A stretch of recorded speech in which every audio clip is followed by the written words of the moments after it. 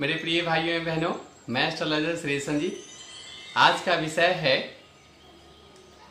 पति पत्नी में प्रेम भी बहुत है और लड़ाई भी बहुत है, इसके क्या उपाय है, इस विषय पे आज हम आपसे इस वीडियो के माध्यम से चर्चा करेंगे।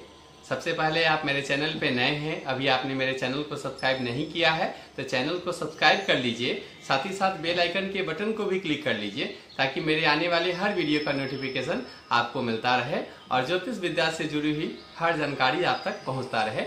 जो आपके जीवन के लिए उपयोगी है आप उनका लाभ प्राप्त करते रहे। धन्यवाद। अपने विषय पे चर्चा को हम आगे बढ़ाते हैं। बहुत लोग ऐसे प्रश्न पूछते हैं कि ऐसी स्थिति क्यों है कि केवल लड़ाई नहीं है, प्रेम भी बहुत है, आपस में लगाव भी बहुत है, लेकिन मतभेद और मतांतर भी बहुत है। विवाद इतनी बढ़ जाती है कि लगता है कि चीजें को संभाल पाना बहुत मुश्किल हो जाएगा। क्रोध बहुत ज्यादा बढ़ जाता है, गुस्सा बहुत बढ़ जाता है, ईगो बहुत बढ़ जाता है। ऐसा क्यों होता है? ऐसी कौन सी स्थिति होती है व्यक्ति के कुंडली में जो ऐसी स्थिति उत्पन्न कर देता है? ध्यान से सुनिएगा। जब जातक के कुंडली में, पति या पत्नी के कुंडली में या दोनों के कुंडली में जो प्रेम कारक योग जो है, जो प्रेम कारक योग जो ग्रह बनाते हैं, अगर वह क्रूर ग्रह है, पाप ग्रह है, तो सामान्यतः उनमें ईगो की समस्या बहुत ज्यादा होगी।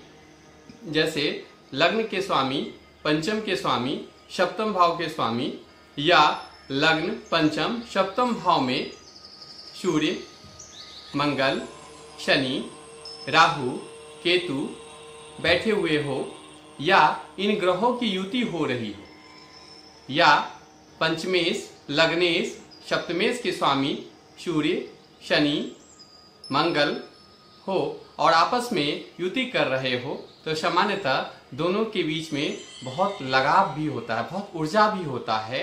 इन ग्रहों के पास बहुत ऊर्जा और शक्ति होता है, तो आपस में लगाव और प्रेम भी बहुत होता है। लेकिन जब ईगो पर बनाती है तो मैं सही जैसी स्थिति उत्पन्न हो जाती है और विवाद बहुत ज्यादा बढ़ जाता है, क्रोध बहुत ज्यादा बढ़ जाता है। स्थिति ऐसी हो जाती है कि जैसे लगता है कि अब तलाक हो जाएगा, रिश्ते नहीं संभाला जा सकता है, रिश्ते टूट जाएंगे, क्योंकि उसमें अहंकार, ईगो, क्रोध चरम पे होता है। क्योंकि इन ग्रहों में स्वभावतः ये गुण पाए जाते हैं। शनि घोर स्वाभिमानी ग्रह होते हैं, मंगल घोर स्वाभिमानी ग्रह होते हैं, सूर्य भी सौरमंडल के सबसे शक्तिशाली और स्वाभिमानी ग्रह है। तो आपस में अगर ये ग्रह प्रेम का योग बनाते हैं या प्रेम के घर में या सप्तम, पंचम, लग्न में इनकी उपस्थिति हो या इनकी युति बन रही हो, तो सामान्यतः ऐसी स्थिति उत्पन्न हो जाती है कि जब प्रेम रहता है तो बहुत सुंदर, बहुत अच्छा और बहुत अच्छा रहता है, बहुत बढ़िया रहता है। लगता है कि इससे बेहतरीन युगल नहीं हो सकते, बेहतरीन दंपति नहीं हो सकते। जब ये विवाद करते हैं, जब ये लड़ाई करते हैं, तो लगता है कि इनसे ज्यादा कोई लड़ने वाला नहीं होता। तो सामान्यतः इन ग्रहों की वजह से अगर प्रेम योग बनता है, अगर प्रेम की युति बनती है, तो ऐसी स्थिति उत्पन्न हो जाती है। तो हमें सबसे ज्यादा जरूरी ध्यान देने की जरूरत है कि क्या अगर ऐसे लक्षण हैं, आपके दाम्पत्य जीवन में ऐसे लक्षण दिख रहे हैं, तो निश्चित तौर पे आप जो कुछ उपाय मैं सजेस्ट कर रहा हूँ, ये कॉमन उपाय है जो हर कोई कर सकता है।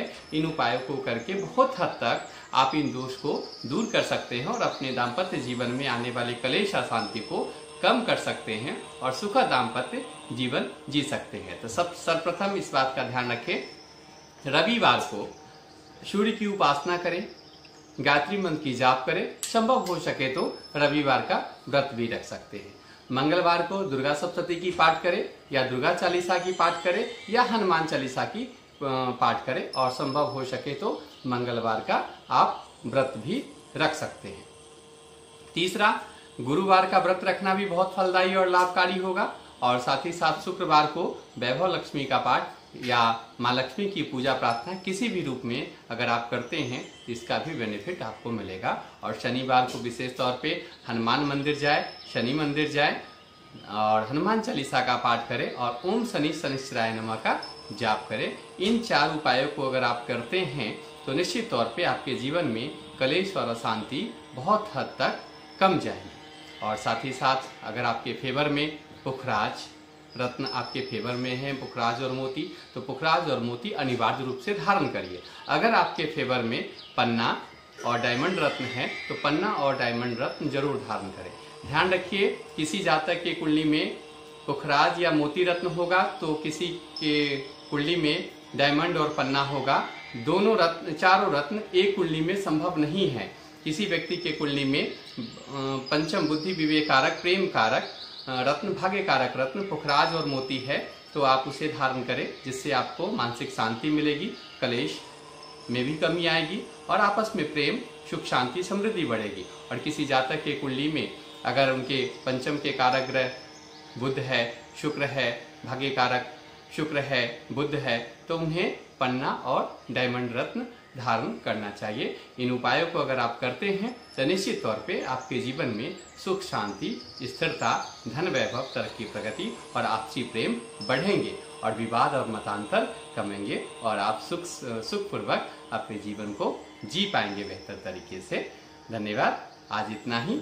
नेक्स्ट वीडियो में हम एक नए टॉपिक के साथ हम आपसे जल्दी ही मिलते हैं। अगर आपको वीडियो अच्छी लगी तो लाइक करिए, सब्सक्राइब करिए और शेयर करिए। धन्यवाद।